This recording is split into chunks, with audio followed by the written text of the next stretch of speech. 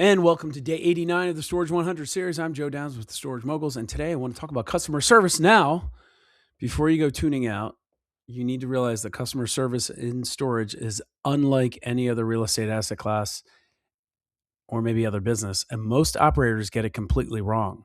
So today I'm going to show you why, and at the end, if you're glad you stuck around, I'll also remind you that for more insights from operators who figure this out, you can join us and become a storage mogul. Join us in our community for free at storagemoguls.ai. Storagemoguls.ai. We are an AI-powered multimodal learning platform across every storage vertical. And you can start for free and advance at your own pace. So, customer service and self-storage. Folks, it's completely different from any other business you've run. This isn't just about being nice. It's about running a profitable operation, and you'll need to know what good service means in our industry because it's different. It's a unique challenge that requires a very specific mindset. And today we're going to break down the friendly but firm philosophy. So let's start by understanding why storage is fundamentally different. The customer service model you used in retail or restaurants simply doesn't apply here. Storage is a low-touch business, and that changes everything. Your tenants are paying for space and security, not a relationship. Most of your operations are automated, so direct interaction is actually rare.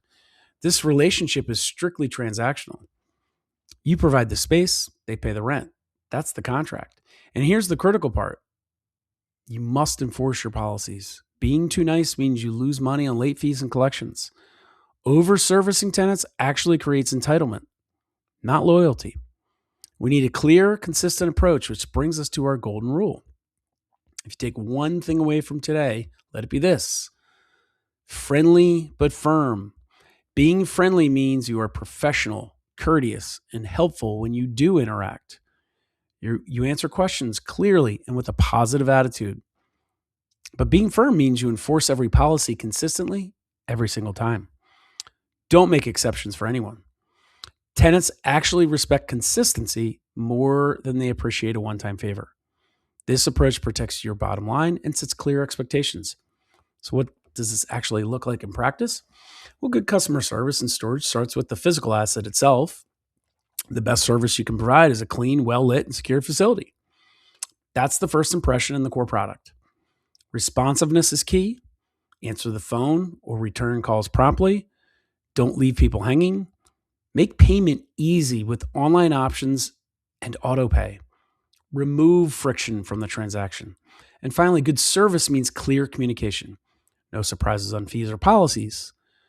When problems do arise, like a gate issue, solve them quickly and efficiently. All right, now let's look at the flip side of this coin. Bad customer service in our industry is usually a failure of consistency or basic professionalism. Unreachable management is a killer. Ghosting tenants when they have legitimate issues, unacceptable. A dirty or unsafe facility is a direct failure of your core service promise. Think broken lights or overflowing trash or unplowed snow. Surprise fees, another huge mistake. Everything must be clear at lease signing. And of course, a rude or dismissive attitude will guarantee bad reviews. Bad service leads directly to higher vacancy and lower revenue. We need to avoid these pitfalls at all costs. Trust me, I've dealt with them. I've dealt with bad managers. They crush you. Now let's talk about the hardest part of the friendly but firm philosophy, knowing when to say no. Saying no is not bad customer service. It's setting boundaries that protect your business and your other tenants. You have to be firm on the non-negotiables, like living in units or storing hazardous materials. It's a no-go. These are legal and safety liabilities you cannot absorb. Be friendly when you deliver the no, but don't waver on the policy. Waiving late fees repeatedly is another trap. You're training your tenants that the due date is flexible. That destroys your cash flow predictability. The lease is your shield. Use it to keep your business running smoothly. But what happens when a tenant pushes back hard? So you've delivered the firm no, and now you have a difficult tenant on your hands. The key here is to de-escalate the situation without compromising your position. First, you stay calm. Your goal is to lower the emotional temperature in the room, not match their energy. Listen to them vent. Sometimes they just want to feel heard, and letting them get it all out is half the battle.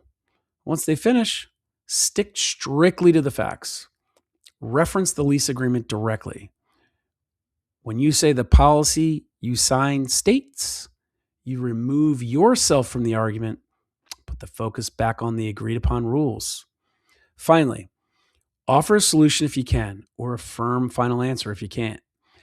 End the conversation professionally and move on.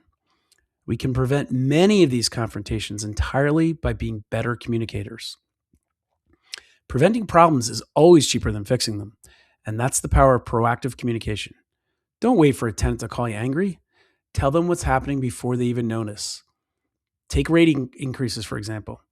The law might require you to give 30 days notice. Send it in 60 days notice. This gives them time to process the change and budget for it, drastically reducing your pushback calls. Use automated reminders for payments. An automated simple text 3 days before the due date and on the due date cuts down on late payments better than any threat of a late fee ever will. And always communicate maintenance issues immediately. Silence breeds frustration. Updates, even if it's bad news, that helps build trust.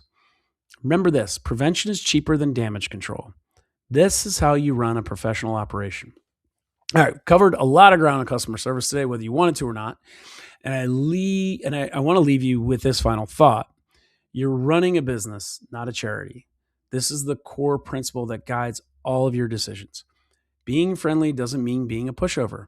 It means being fair and consistent with every single person. Consistency is the highest form of customer service because it creates a predictable, professional environment. Protect your asset, protect your revenue, and most importantly, protect your sanity. That's the Storage Mogul way. All right, folks, believe it or not, that wraps up another section. Tomorrow night, we are live again for day 90, where we'll be doing a full recap of section 6, which is transition and management.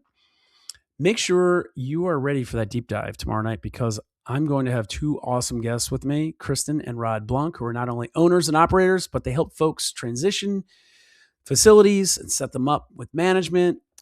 You don't want to miss this husband and wife team. They are a hoot and full of information. Bring your questions. It's going to be a lot of fun. All right. If you found this session valuable, please support the channel with a like and a subscribe so you get notified and don't miss tomorrow night when we go live with Rod and Kristen. And remember, folks, your tenants are often going through life transitions, moves, divorces, deaths, downsizing. A little empathy goes a long way, and it shows up in your reviews, your referrals, and your retention. Also, as promised, we have a community you can join for free where we'll talk about all of these topics and so many more. So grab a seat now. And if I forgot to mention earlier, the first 500 storage investors to register will get a free deal analyzer GPT that we built and use ourselves. So register now at storagemoguls.ai, storagemoguls.ai. I will see you tomorrow for the recap.